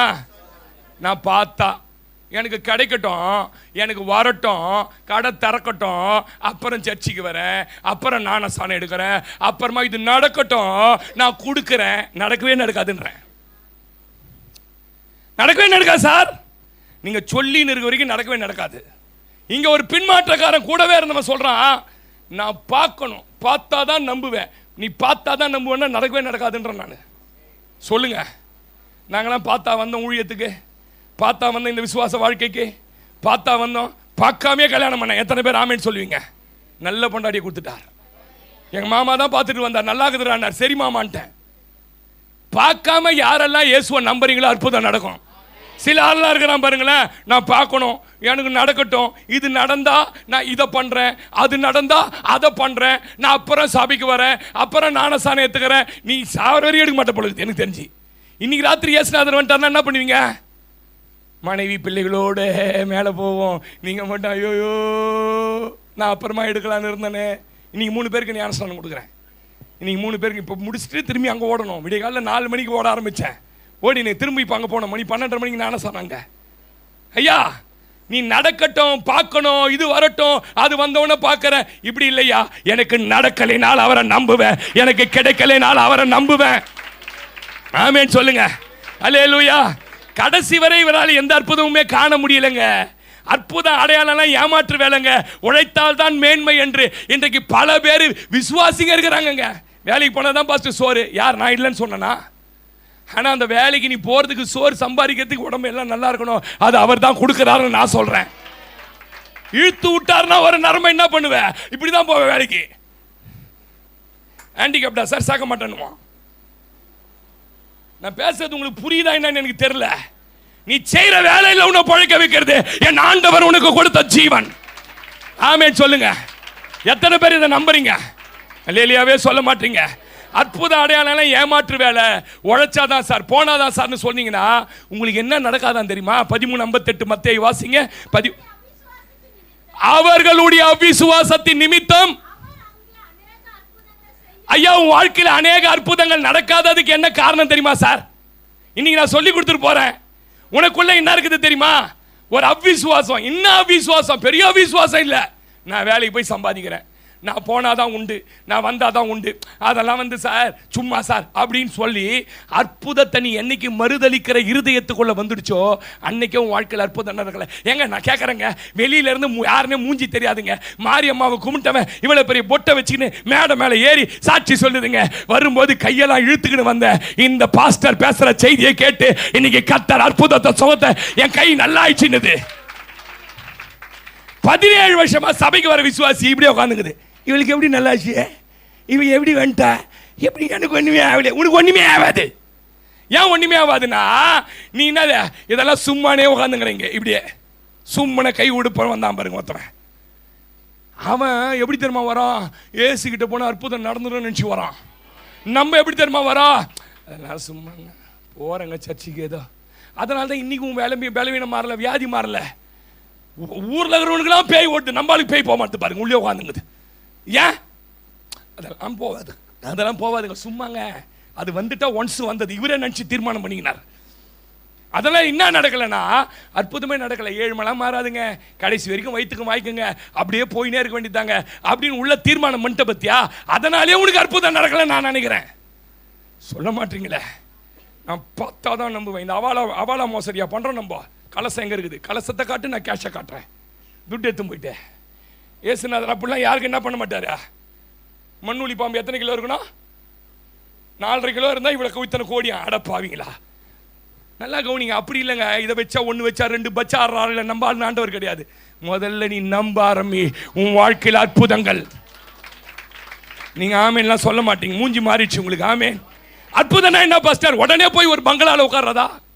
அது இல்லைங்க அற்புதம். அற்புதம்னா என் தகுதிக்கு மிஞ்சி, என் படிப்புக்கு மிஞ்சி, என் வாழ்க்கையில் நான் இருக்க வேண்டிய ரேஞ்சுக்கு மிஞ்சி என்னத்து போய் ஒரு இடத்துல உட்கார வைக்கிறாரு. அதுதான் என் அற்புதம். அற்புதம்னா உடனே நம்பாளுங்க. உடனே அற்புதம் என்ன? நடந்த சாட்சி ஒன்று சொல்லட்டுமா? ஒரு சபை, அந்த சபையில் ஒரு ஏழை பிள்ளை அவ்வளோ அழகாக இருக்கா, அவ்வளோ குயிட்னஸ், சபைக்கு அவ்வளோ உண்மையாக இருப்பா.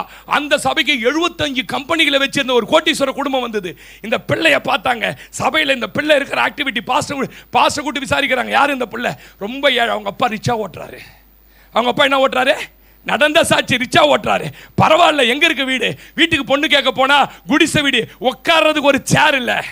அந்த தகப்பனை தாயும் பார்த்து கேட்டார், உங்க பொண்ணை எங்களுக்கு கொடுத்துறீங்களா? இவங்க யாருன்னே அவங்களுக்கு தெரியாது, என்ன ஸ்டாண்டர்ட்னு தெரியாது. அவங்க பாஸ்டர் சொன்னா கொடுத்துட்றேன். சரி, பாஸ்டர் கேட்டாங்க.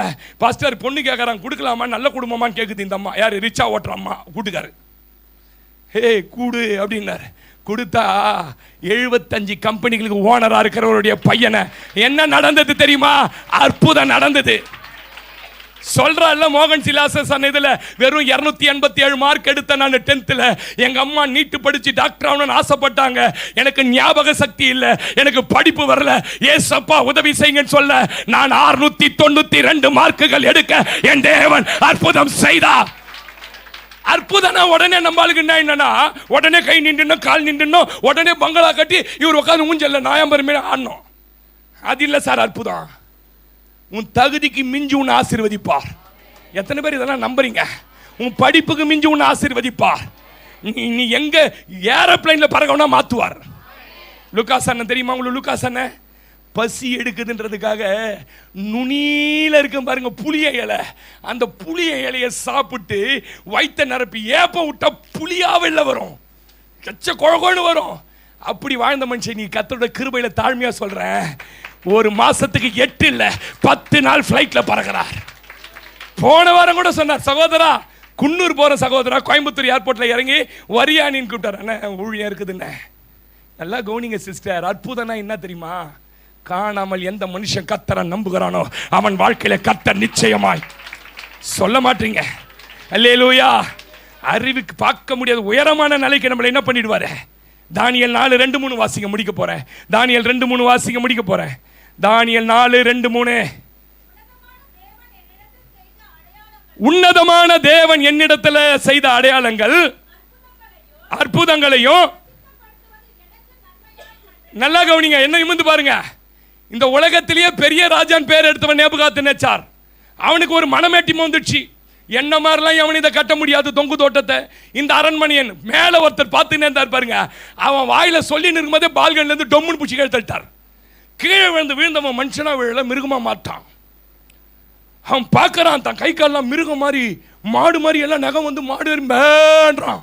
எப்படிடா ஆச்சின்னு பார்த்தா மேல இருந்து ஒருத்தர் சொல்றான், நான் தான் தள்ளன உன்னை. அவன், ஆண்டவரே நான் ரொம்ப மனமேட்டிமை ஆயிட்டான் ஆண்டவரே, ரொம்ப இதுவாயிட்டாண்டவரே, என்னை மன்னிச்சிடுங்கன்னு சொல்லி அவனுக்கு புத்தி வந்த போது அவனை பழையபடி மாத்தினார். இப்ப அந்த புறஜாதி ராஜா சொல்றான், அவரை போல அற்புதம் செய்வதற்கு, அவரை போல அடையாளம் செய்வதற்கு இந்த உலகத்தில் யாருமே இல்லை. அவருடைய ராஜ்யம் நித்திய ராஜ்யம். புறஜாதிக்கு தெரியுதுங்க இயேசுவை போல அற்புதம் செய்ய முடியாதுன்னு. யாருக்கு தெரியல சொல்லுங்க? யாருக்கு தெரியல சொல்லுங்க? பேரின்ப பெருவிழாக்கு போறோம். எதுக்கு போறோம்? அங்க போய் 2 பாட்டு புக்கு 2 சோத்திர பலி புக்கு வாங்கி வச்சு மக்கள் வச்சு வரதுக்கு. ஆனா புறஜாதி எதுக்கு வரான் தெரியுமா? அற்புதத்தை பெற்றுக்கொண்டு போவதுக்கு. நம்மால் போகும்போதே பார்த்தீங்களா, பாப்கார்ன் வாங்கிடுவான், குழந்தைங்களுக்கு கிளிப்பு வாங்கிடுவான், எல்லாம் வாங்கி போய் வச்சு அது ஒரு பிக்னிக். நம்மளுக்கு என்னது பிக்னிக் சொல்லுங்க எல்லாரும்? பிக்னிக். மோகன் சிலாசஸ் வராராம். எங்க வராரு? ஆவடி கிரவுண்டுக்கு எல்லாம் ரெடி பண்ணி சில புளிசோர் முட்டையை கட்டிக்குது பாருங்க.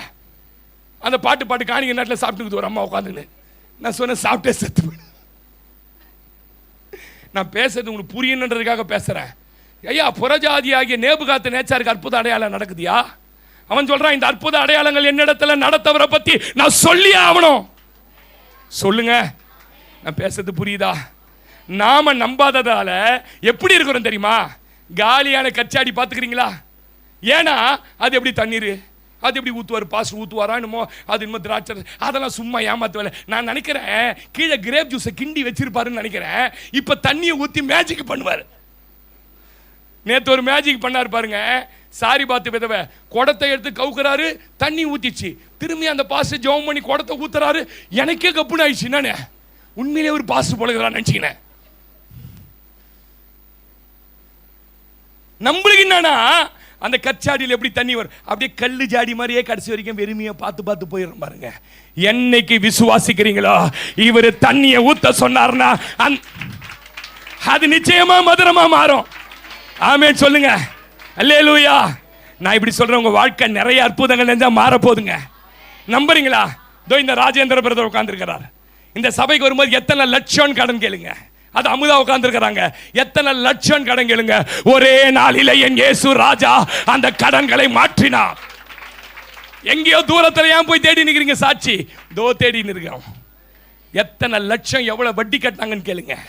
சொந்த வீடை இழந்தாங்க, சொந்த வீடு கட்ட போறாங்க. எப்படி பாஸ்டர்? தெருவுக்கு வந்தவங்களை கோபுரத்துக்கு கொண்டு போக அவர் வாழ்க்கையில் அற்புதங்களை கர்த்தர் செய்தார். இதுல என்ன ரகசியம்னா, நான் என்ன சொன்னாலும் நம்புவார். அதான் அவர்கிட்ட நான் என்ன சொன்னாலும் பாஸ்டர் சொல்லிட்டாருன்னா கரெக்டாக இருக்கும். இங்கே நம்பால் என்னன்னா அவருக்கு நடி சொல்லுவார், வாடி நம்ம வேலையை பார்த்துன்னு. அதனாலே பல வீடு காலியான குண்டா மாதிரி இருக்குது, டபரா மாதிரி. லேலூயாவா, ஆமீனா சொல்லுங்க, ஆமீன் சொல்லுங்க. நம்புங்க. பார்த்தாதான் நம்புவேன். உயிரோடு இருக்கிறவர் வந்து நின்னாதான் நம்புவேன். ஏசுநாதர் வந்து என்கிட்ட சொல்லிட்டுன்றார் ஒரு ஐயா. நான் சொன்னேன், கல்லன் கிட்ட சொன்னார்ல, என்கிட்ட சொன்னேன் உன்னையும் சிலுவையில் தூக்கும்போது சொல்லுவாருன்னு. ஆச்சு இல்லைன்னா மூக்கல டியூப் வரும் ஐசியூவில் அப்போன்னு சொல்லுவார். மகனே நானும் சொன்னது அந்த நிலைக்கு போயிடாதன்றேன். சொல்லுங்க, ஆமீன் சொல்லுங்க. மூணாவது முடிச்சிடறேன். அம்மா ஏஞ்சிட்டாங்க. மூணாவது முடிச்சிடுறேன். யோவான் 20. ஏம்மா இந்த பிரியாணி செய்ய போனோம் எங்கம்மா, இதுக்கு தான் இந்த சோறுகெல்லாம் போறது இல்லை சபையில். யோவான் 20ஆம் அதிகாரம் 9-10 வாசிங்க. மூணாவது யோவான் 20:9-10. அவர் மரித்தோரிலிருந்து எழுந்திருக்க வேண்டும் என்கிற வேத வாக்கியத்தை அவர்கள் இன்னும் அறியல. பைபிள் தெரியல சிஸ்டர். இந்த பைபிளை பத்தி அருமை தெரியல. இதில் உள்ள வார்த்தைகள் ஜீவன் உள்ளதுன்னு தெரியல. வேத வாக்கியங்களை தெரியாததுனால என்ன ஆனாங்களாம் பிரதர்? வாசிங்க. அந்த சீஷர்கள் ஐயா உயிர் தெழுந்த இயேசுவை பார்க்காமையே திரும்பி போற ஒரு கூட்டம். மொத கூட்டம் என்ன கூட்டம்? சூப்பரா யார் இது? நிக்கணும் பிரசங்கம். பின்மாற்றம் அடைஞ்சு போன கூட்டம். அழைப்பை மறந்து, அபிஷேகத்தை மறந்து, ஆண்டவர் யார் என்பதை மறந்து சோத்துக்காக பின்மாற்றம் அடைஞ்ச ஒரு கூட்டம். ரெண்டாவது ஒரு கூட்டம் நம்மனாதான் விசுவாசிப்பேன்னு விசுவாசத்தையே பெறாம போன ஒரு கூட்டம், அற்புதத்தையே பெறாத ஒரு கூட்டம். மூணாவது ஒரு கூட்டம் வேத வசனத்தினுடைய ரகசியங்கள் தெரியாததுனால உயிரோடு இருக்கிற இயேசுவை பார்க்காமையே திரும்பி போன ஒரு கூட்டம். இன்னைக்கு நிறைய பேரால இயேசுவை பார்க்க முடியலங்க. இதே ராஜேந்திரன் பிரதர் கேளுங்க, இயேசுவை பார்த்துருக்கிறீங்களான்னு. ஒரு நாள் சொன்னார், பாஸ்டர் என்னை கைப்பிடிச்சி சர்ச்சிலேருந்து வெளில கூட்டு போனார் பாஸ்டர். ஒரு நாள் சக்தி ஹோட்டல்லேருந்து வரதுக்கு லேட் ஆச்சு பாஸ்டர். பைபிள் உட்காந்து அவர் நைட்டு 11 வரைக்கும் பைபிள் படிப்பார். ஆமீன் சொல்லுங்க, ஆமீன் சொல்லுங்க. படிக்கணும், ஆமீன் சொல்லுங்க. யூடியூப்பில் சாட்டு பார்க்கக்கூடாது, பைபிள் படிக்கணும். படிச்சுன்னு இருந்தேன் பாஸ்டர். திடீர்னு ஒரு ஷேடோ பாஸ்டர் அப்படி திருமணம் பாஸ்டர், திருமணம் அப்படியே ஜீசஸ் போறாரு. நம்ம உள்ள பார்த்தீங்களா எல்லாம் பேய் சம்மரி ஆயிட்டீங்க. ஐயா இன்னைக்கும் ஜீவன் உள்ளவர் யாருக்கு பாஸ்டர்? அவருக்கு பாருங்க, கல் அகற்றப்படுற வரைக்கும் கூட அவங்களுக்கு பொறுமை இல்லைங்க. கல் அகற்றப்பட வரைக்கும் நல்லா கவனிங்க. ஏன் தெரியுமா? உங்களால வேத வசனத்தை, உங்களால உங்க இருதயத்தின் மேல் இருக்கிற கல் அகற்றப்படல. இருதயத்துக்குள்ள கல்லு எப்படி பாஸ்டர் இருக்குதுன்னா, இந்த வேத வசனம் எவ்வளவு பேசினாலும் உள்ள போகவே கூடாது. எவ்வளவோ அற்புதமான சாட்சிகளை கேட்டாலும் உங்க இருதயத்துக்குள்ள போகாதபடி உங்க இருதயத்தின் மேல் ஒரு கல் இருக்கு பாருங்க. அந்த கல் அகற்றப்பட வரைக்கும் பொறுமையா இருக்காது சிலர்லாம். சிலருக்குலாம் எல்லாமேங்க இன்னைக்கு தொடர்ந்து போனோம் வரணும் கடகட. இந்த இந்த இந்த இந்த கல்லான இருதயம் நான் தப்பான அர்த்தத்தில் சொல்லலை. நீங்கள் கல் நெஞ்சுக்காரங்க எல்லாரும் அடிப்பீங்க, ரத்தம் அடிப்பீங்க, கடிப்பீங்க, அதை சொல்ல. அந்த கல் நெஞ்சு இல்லைங்க. கல் நெஞ்சானா வசனத்தின் மேலே நம்பிக்கை இல்லாத ஆளுங்க எப்படி தெரியுமா இருப்பாங்க? அவங்களே எல்லாத்தையும் செய்வாங்க, அவங்களே எல்லாத்தையும் பண்ணுவாங்க, அவங்களே கட்டுவாங்க, எல்லாம் பாதியில் நின்னோன்னு படப்படப்படன்னு இருப்பாங்க. பொறுமையாக இருக்காது, பேசுறதுல கூட ஒரு பொறுமை இருக்காது. அப்படின்னா என்ன அர்த்தம்னா உனக்குள்ள வசனம் உள்ளன்னு அர்த்தம். கடகடன்னு பேசிடுவாங்க. பக்கத்தில் உட்காந்துக்கிறது யாரு, நம்ம பேசுகிற ஆள் யாரு, நாளைக்கு இது பேசிட்டோம்னா அவங்க எவ்வளோ மனசு வருத்தம், இதெல்லாம் உங்களுக்கு தெரியாது. ஏன் தெரியுமா? இவன் இந்த கல் நெஞ்சுக்குள்ளே என்ன போலன்னு கேட்டிங்கன்னா வசனம் போல. அதனால் கல் புரட்டப்படுறதுக்கு முன்னாடி அவங்க திரும்பி போயிட்டாங்க. ஏசுலாம் உயிரோடு இல்லை, வாப்பா போலாம்ப்பான்னு ரிட்டர்ன் போயிட்டாங்க. எசேக்கியேல் 36 வாசிங்க. எசேக்கியேல் 36 26 27. என்ன இருதயம் வேணும்? இயேசுவை பார்க்கறதுக்கு என்ன வேணும்? இருதயம் வேணும் தெரியுமா? Soft heart. எல்லாம் சொல்லுங்க. இங்கிலீஷ்ல எப்படி வந்திருக்கு தெரியுமா பிரதர்? Soft heart. சொல்லுங்க, சாஃப்ட் ஹார்ட் வரணும். கல்லான இருதயம் இருக்கிற வரைக்கும் என்ன பார்க்க முடியாதுன்னா அற்புதத்தை. வாசிங்க. நவமான இருதயத்தை கொடுத்து உங்க உள்ளத்துக்குள்ள என்ன ஆவியை வைப்பேன்? பழைய ஆவி. என்ன ஆவி தெரியுமா? கல்லான ஆவி. அந்த கல்லான ஆவி வசனத்தை உன்னால நம்ப முடியல. சாட்சி சொல்றார் நம்ம சகோதரர் ஒருத்தர் ஏறி, எனக்கு இவ்வளோ கடன் இருந்தது மாற்றினாரு, எனக்கு இந்த வியாதி இருந்தது மாற்றினாரு, என் பிள்ளை படிக்கவே படிக்காது, அது நல்லா படிச்சு மார்க் எடுத்துச்சு. இதெல்லாம் சபையில் வாரந்தோறும் சாட்சி சொல்கிறாங்க எல்லாம். ஆனால் இந்த கல் இருந்ததுன்னு வச்சுக்கிங்களேன், அது உள்ளேயே போவாது. அது அவங்களுக்கு நடந்ததுங்க, எனக்கெல்லாம் நடக்காதுங்க. இதுதான் கல். அந்த கல் புரட்டப்பட வரைக்கும் நில்லண்டா, அதெல்லாம் ஒரு வேணா போல அப்படின்னு கூட்டு போயிட்டான் பாருங்க. இயேசுவை பார்க்காமலே. ஆனால் ஒரு பொண்ணு கல்லு புரட்டி கல்லை எடுத்து போட்டு அதை தேவ தூதர்கள் புரட்டி உள்ளகிற துணி எடுக்கிறதுக்கும் உள்ளே இருக்குது. பார்த்துதான் பார்க்கலையா? நம்மளுக்கு எல்லாமே அவசரம் தான். பார்த்துக்கிறீங்களா? நீங்கள் சீக்கிரமா பிறகுறோம், சீக்கிரமா சாப்பிட்றோம், சீக்கிரமா செத்துறோம். நேற்று தான் கேட்டு இருந்தேன், ஜப்பானியர் 115 இயர்ஸ் வரைக்கும் தாராளமாக இருக்கிறாங்களாம். அவசரமே படாதீங்க. இந்த பொறுமையா உட்கார்ந்து வேத வாக்கியங்களை குறித்து ஆராய்ந்து பாருங்கள். அவைகளே என்னை குறித்தும் உங்களுக்கு கொடுக்கிற நித்திய ஜீவனை குறித்தும் சொல்லுகிறது. சில எல்லாம் பைபிள் படிச்சிருக்கிறது பார்த்துருக்கீங்களா? நீங்களாம் பார்த்ததில்லை, நீங்களாம் ஸ்காலர், எனக்கு தெரியும். இப்படி தரப்பான், யூதாஸ் ஆண்டு கொண்டு நல்ல காரியத்துக்கு போறேன், யூதாஸ் ஆண்டு கொண்டு செத்தானா இயேசுவின் நாமத்தில். தப்பா எடுத்துறேன், பிசாசு தான் சிந்தனை கொடுத்துட்டான். இப்போ எப்படி தெரியும்? நீ எப்போ செய்ய போறா? செய்யறதை சீக்கிரம் செய். நீ நல்லாவே இல்லை, நாளே நல்லா இல்லை. ஏமா தண்ணியை தாமா ஒரு சொம்பு தண்ணியை குடிச்சு விட்டு அவன் அப்படியே போனான். நேரம் சரியில்லைன்னு சொல்லிட்டு கேலண்டரை தூக்குறது, நீ சாகவே சாவாய் மூடிட்டு.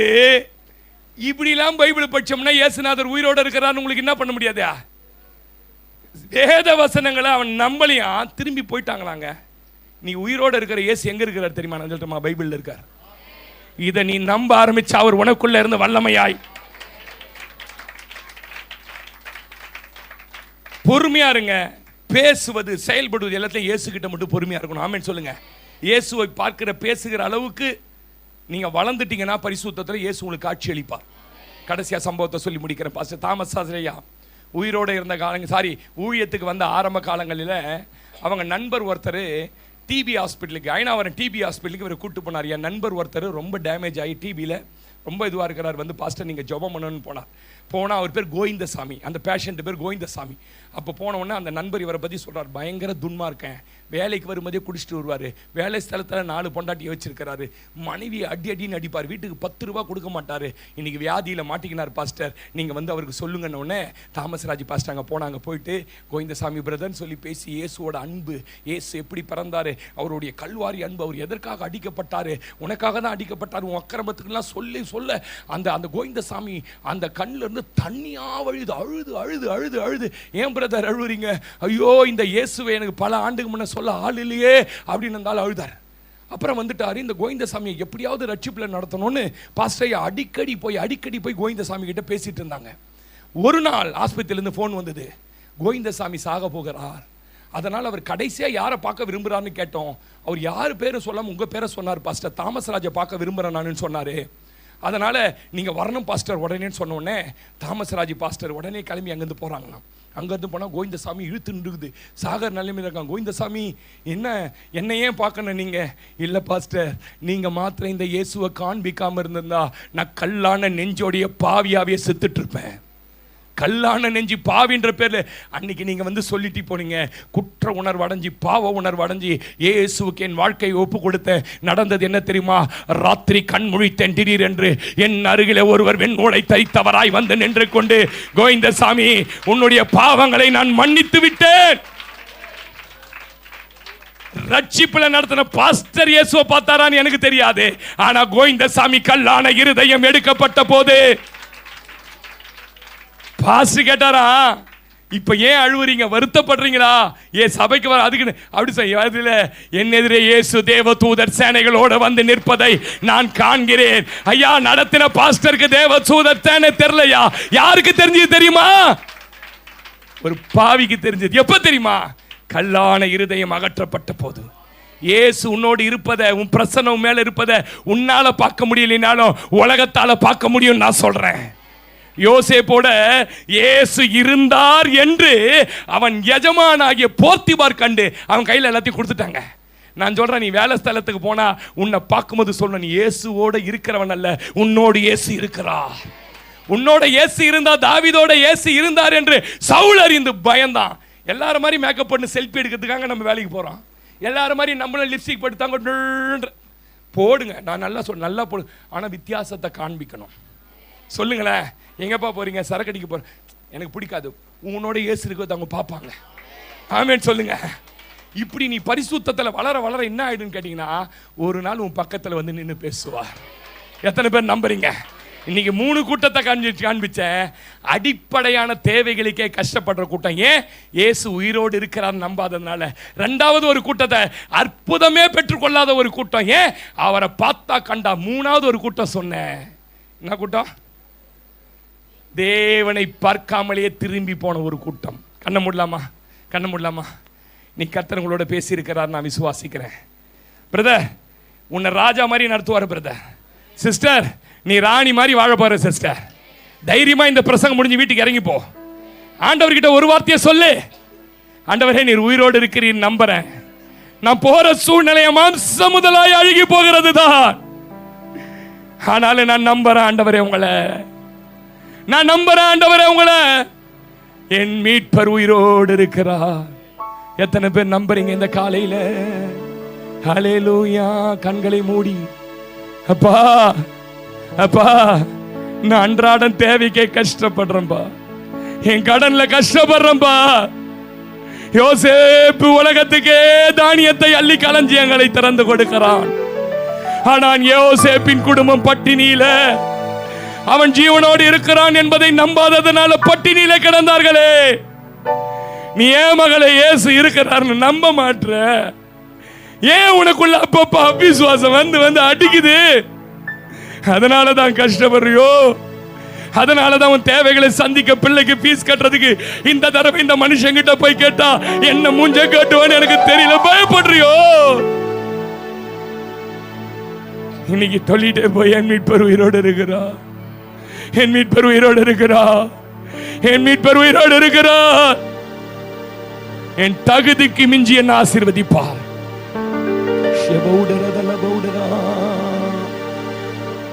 கிரகிக்க முடியா காரியம் செய்வி சர்வஞானியே உமையாராதிப்பே. கிரகிக்க முடியா காரியம் செய்வி சர்வஞானியே. என் தேவன் எனக்கு ஏதாகிலும் செய்திடுவார், என்றாகிலும் என்னை மறந்தது உண்டா? என் தேவன் எனக்கு ஏதாகிலும் செய்திடுவார், என்னை மறந்தது உண்டா? கிரகிக்க முடியா காரியம் செய்வீர் சர்வஞானியே உம்மை கிரகிக்க முடியா காரியம் செய்வீர் சர்வஞானியே. இன்னைக்கு எத்தனை பேருக்கு உயிர்த்தெழுந்த நாள்ல எல்லாம் கண்ண மூடுங்க ப்ளீஸ், க்ளோஸ் யுவர் ஐஸ். நான் உங்க கரத்தை மாத்திரம் நான் பார்க்க விரும்புறேன். யாரும் பார்க்கல, எல்லாம் கண்ண மூடணும். ஒருத்தர் சின்ன பிள்ளைங்க விடாம நான் இவ்வளவு நாள் வரைக்கும் இவ்வளவு ஆணித்தரமா இயேசுவை நம்பல பாஸ்டர். நான் ஏதோ ஆண்டவர் இருக்காரு, அது சக்தி இருக்கு அப்படின்னு நினைச்சேன். ஆனா இன்னைக்கு என் வாழ்க்கையில நான் ஆணித்தரமா உணர்ந்துட்டேன் பாஸ்டர். என் அன்றாட தேவைக்கு, கடன் காட்சியில, பிரச்சனையில, பிள்ளைங்க கல்யாணத்துக்கு ஏன் அல்லல் படுறேன் தெரியுமா? இயேசுவை இன்னும் நான் முழுமையா நான் நம்பல. இன்னைக்கு என் வாழ்க்கை ஒப்பு கொடுக்கிறேன் பாஸ்டர். இதான் பார்த்தாதான் சில விஷயத்தை நம்புவேன்னு சொல்லிட்டு இந்த ஆலயத்துக்கு வந்தேன். நீங்க இன்னைக்கு என்னோட பேசுனீங்க. மூன்றாவதாக என் வாழ்க்கையில எனக்குள்ள எத்தனை பேர் சாட்சி சொன்னாலும், எவ்வளவு வசனம் கேட்டாலும் உள்ள போல கல்லான இருதயம் இது இன்னைக்கு மாற்றப்படணும்ன்றவங்க மாத்திரம் வலது கரத்தை உயர்த்தி காண்பீங்க. வேற யாரும் பார்க்க கூடாது, கண்ணை மூடுங்க. இது எனக்கு மாற்றப்படணும், எனக்குள்ள அந்த விசுவாசம் வரணும். சில கரங்களை நான் பார்க்கிறேன், சில நபர்களை நான் பார்க்கிறேன். உண்மையை ஒத்துக்கிட்டு ஆண்டவர் சமூகத்துல எனக்குள்ள இந்த ஆழ விசுவாசம் வரணும். நான் ஒரு அவிசுவாசிய மாறிடக்கூடாது. உனக்காக கர்த்தர் கரத்தை உயர்த்தணும். உன்னை பார்த்து ஆவியானவர் சொல்றாரு, நீ இதிலும் பெரிதானவைகளை காண்பாய். இதுவரை உன்னை நடத்தின பாதை அல்ல, இனிமேல் உன்னை நடத்த போகிற பாதை வித்தியாசமான பாதையில நடத்துவ. இதுவரைக்கும் நீ தேடி தேடி ஓடி நீ பணத்தை சம்பாதிக்க வழிய இனிமே உன்னை தேடி வரும்படி நிச்சயம் நடக்கும், நிச்சயம் நடக்கும். சுற்றி உள்ள கண்கள் பார்க்கும். Thank you Holy Ghost. இந்த நல்ல நாளுக்காக நன்றி அப்பா. இந்த பிள்ளைகளை ஆசீர்வதித்து அனுப்புங்க, கிருபையில மூடிக்கொள்ளுங்க. ஆண்டவரே பிரசன்னம் நாளை முழுவதும் கடந்து வந்ததற்காய் நன்றி. இயேசுவின் நாமத்தில் பிதாவே.